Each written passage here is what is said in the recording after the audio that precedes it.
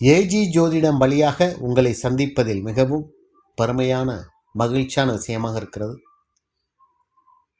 10ஆம் பாவாதிபதி பற்றி ஒவ்வொரு வீடியோவாக போட்டுட்ருக்கோம்.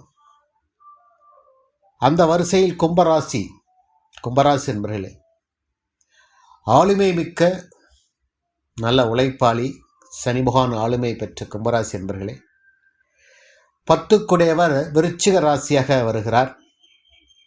செவ்வாயுடைய ஆளுமை அதிகமாக இருக்கும்.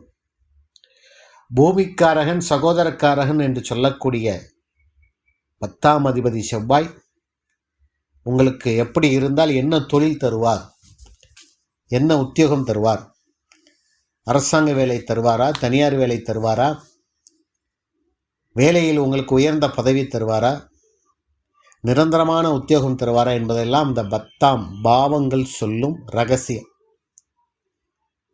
அப்போ அந்த 10ஆம் அதிபதி விருச்சிகத்திலே உங்களுக்கு ஆட்சி பெற்றிருக்கிறார். 10ஆம் பாவத்தில், கேந்திரத்தில்.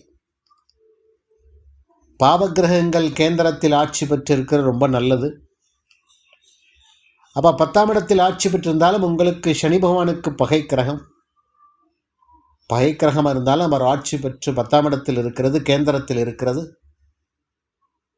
அவர் திக்பலம். 10ஆம் இடத்தில் செவ்வாய் இருந்தால், லக்கணத்துக்கு 10ஆம் இடத்தில் இருந்தால் திக்பலம்.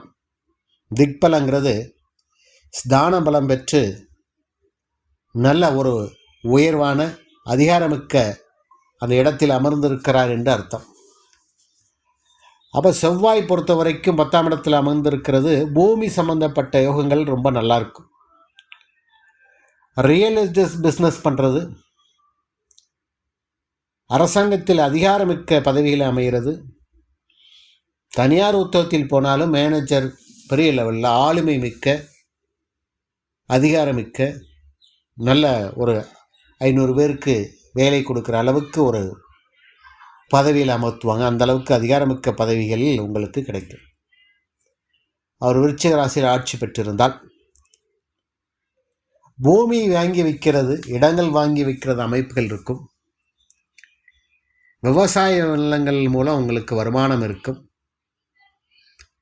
இந்த அதிகாரமிக்க பதவியில் இருக்கணும்னா சூரியனும் நல்லா இருக்கணும். கும்பராசிக்கு 7க்குடையவர் சூரிய பகவானாக வருகிறார்.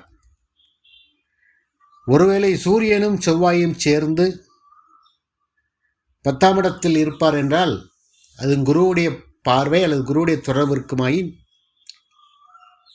உங்களுக்கு நிச்சயமாக நல்ல ஒரு அதிகாரமிக்க பதவியில் இருப்பீர்கள் அல்லது அதற்கு தேர்ந்தெடுக்கப்படுவீர்கள் என்பது உறுதியாக இருக்கும். அரசாங்கத்தில் இருக்கிற என்றால் அது சூரியன் நல்ல ஆளுமை மிக்க நமக்கு சப்போர்ட் செய்ய வேண்டும். அப்போ செவ்வாய் விருச்சிக ராசியில் அவர் அமர்ந்திருந்தால் இவ்வளவு நல்ல விஷயங்கள் உங்களுக்கு நடக்கும்.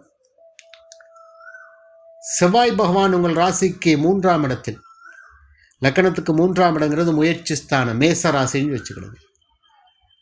மேசராசிங்கிறது அவருக்கு ஆட்சி வீடு தான். அது ஒரு ஆண் ராசி வீடு. அப்போ பாவகிரகங்கள் 3, 6, 10, 11 இருந்தாலும் நன்மை செய்யும்.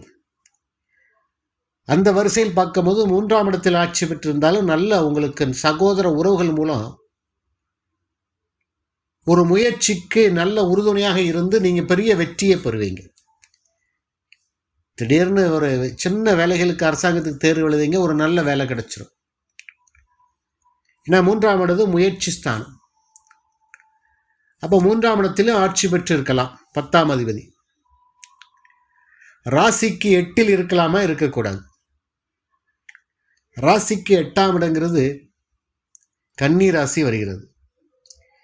அது புதன் பகவான் வீடு, செவ்வாய்க்கு பகை கிரகம். 8ஆம் இடத்தில் பாவகிரகங்கள் மறைகிறது ரொம்ப நல்லதில்லை. கெடுபலங்களை செய்வாங்க. பாவகிரகங்கள் 8ஆம் இடத்தில் மறைந்து உங்களுக்கு அவர் பலம் பெற்றால் கெடுதலான விஷயங்கள் உங்களுக்கு தொழில் மூலம் நடக்கும். அப்போ என்ன நடக்கும்னா, தேவையில்லாமல் முதலீடு பண்ணி அதுபோல பெரிய நஷ்டத்தை செவ்வாய் உருவாக்குவார். 8ஆம் இடம் அவருக்கு உகந்தது இல்லை. 7ஆம் இடத்தில் இருக்கலாம், சூரியன் வீட்டில் இருக்கலாம். ராசி கும்பராசிக்கு 7ஆம் இடங்கிறது சூரிய பகவான் வீடு. சூரியனோடு சேர்ந்து இருக்கலாம் அல்லது தனித்தே இருக்கலாம். சூரியன் மிகவும் நட்பு கிரகம். அப்போ 7ஆம் இடத்தில் இருந்தால் உங்களுக்கு அதிகாரமிக்க நல்ல அமைப்பு, தொழில் அமைப்பு கிடைக்கும். உங்கள் மனைவி அல்லது உங்கள் நண்பர்கள் மூலம் உங்களுக்கு உதவிகள் கிடைக்கும். இல்லை மனைவிக்கே நல்ல ஒரு உயர்ந்த பதவியில் இருப்பாங்க. இந்த மாதிரி 7ஆம் இடத்தில் செவ்வாய் இருக்கிறது ரொம்ப நல்லது. ஒவ்வொரு அமைப்புகளையும் பொறுத்த வரைக்கும், அந்த ஆதிபத்தியம் காரத்துவத்தையும் பொறுத்த வரைக்கும், பாவகிரகங்களாக இருந்தாலும் ராசி லக்கணத்துக்கு அது செவ்வாய் பாவகிரகங்களாக இருந்தாலும் 10ஆம் இடத்து அதிபதி எந்த இடத்தில் இருந்தால் உங்களுக்கு நன்மை செய்வா என்பதை நம்ம பார்த்துட்டு இருக்கிறோம். லக்கணத்திலே இருக்கிறார், 10 லக்கணத்திலே இருக்கிறார், அதாவது கும்பராசியிலே இருக்கிறார் என்று வச்சுக்கொள்வோம். அது முழுமையான பகை வீடு, சனி வீடு. 10ஆம் அதிபதி லக்கணத்திலோ அல்லது 12ஆம் இடமான மகர ராசியிலே இருக்கக்கூடாது. மகர ராசியில் உச்சம் பெறுவார், ஆனால் கும்பராசிக்கு அது எடுபடாது. அப்போ தொழில் மூலம் விரயங்கள் நடக்குன்னு விதி இருக்கிறது. தொழிலுக்கு முதலீடு போட்டு விரயம் பண்ணுவீங்க, அல்லது தொழிலை நிரந்தரமாக இருக்க முடியாது. ஒரு தொழிலையோ வேலையிலையோ உத்தியோகத்திலையோ நிரந்தர அமைப்பு உங்களுக்கு இருக்காது. லக்கணத்தில் இருந்தால் உங்களுக்கு கோபக்காரராக இருப்பீங்க. அந்த வியாபாரம் அல்லது உத்தியோகத்தை தக்க வைத்து கொள்ள முடியாது. சின்ன சின்ன விஷயத்துக்கெல்லாம் கோவப்பட்டு நல்ல வாய்ப்புகளை தவற விட்டு, அல்லது தொழில் ஒரு நல்ல உத்தியோகத்தை தவற விட்டு சும்மா இருக்கக்கூடிய காலகட்டங்களாக ஆகிவிடும். அதனால் விருச்சிக ராசி அது அதிபதி செவ்வாய் பகவான் மகர ராசியிலும் கும்பராசியும் இருக்கிறது தவறு. அப்போ 10ஆம் இடத்து அதிபதி 10ஆம் இடத்தில் அல்லது ராசிக்கு லக்கணத்தில் 3ஆம் இடத்தில் அமர்ந்திருக்கிறது, 7ஆம் இடத்தில் அமர்ந்திருக்கிறது. இந்த மாதிரி நல்ல விஷயங்களே நடக்கும். அல்லது 11ஆம் இடத்தில் இருக்கலாம். லக்கணத்துக்கு 11ஆம் இடங்கிறது தனுசு ராசி, அவருக்கு பிடித்த வீடு, நட்பு வீடு. குரு பகவான் செவ்வாய்க்கு ரொம்ப அதி உன்னத நட்பு வீடு. 11ஆம் இடத்தில் 10ஆம் அதிபதி இருந்தால் தொட்டதெல்லாம் லாபம். வேலையிலும் சரி, உத்தியோகத்திலும் சரி, வியாபாரத்திலும் சரி, போட்ட முதலீடுகள் இரட்டிப்பாக செழிப்பாக உங்களுக்கு கைமேல் கை நல்ல பலன்கள் கிடைக்கும்.